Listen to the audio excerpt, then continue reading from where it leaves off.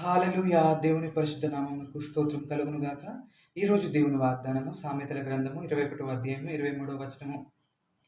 నోటిని నాలుకను భద్రం చేసుకునివాడు శ్రమల నుండి తన ప్రాణమును కాపాడుకొను. ఆమేన్. హల్లెలూయా!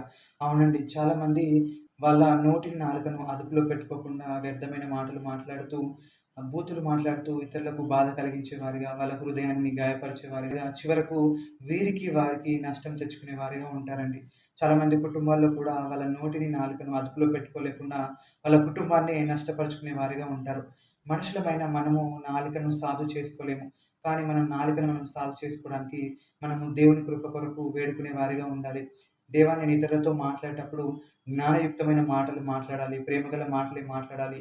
ఆదరణ మాటలే మాట్లాడాలని చెప్పి మనం ఎప్పుడైతే దేవుని కృప కొరకు వేడుకునే వారిగా ఉంటామో, అప్పుడు దేవుడు మన నాలుకను, మన నోటిని పరిశుద్ధపరుస్తాడు కాబట్టి, మనము ఇతరులతో మంచిగా మాట్లాడతాము. అప్పుడు మన జీవితంలో మనం ఎటువంటి శ్రమల పాలు కాము.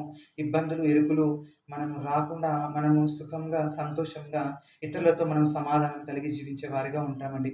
కాబట్టి మనము ఇతరులతో మాట్లాడేటప్పుడు మనము దేవుణ్ణి వేడుకునే వారిగా ఉండాలి. అప్పుడు దేవుడు మనకు నోట్లో జ్ఞానయుక్తమైన మాటలు ఇస్తారు కాబట్టి, మనం ఎటువంటి శ్రమలకు, దెబ్బలకు, ఇబ్బందులకు మనం గురి కాకుండా ఉండేవారిగా ఉంటాము. అట్టి కృప దేవుడు మనందరికీ దయచేయును గాక. ఆమేన్. హల్లెలూయా!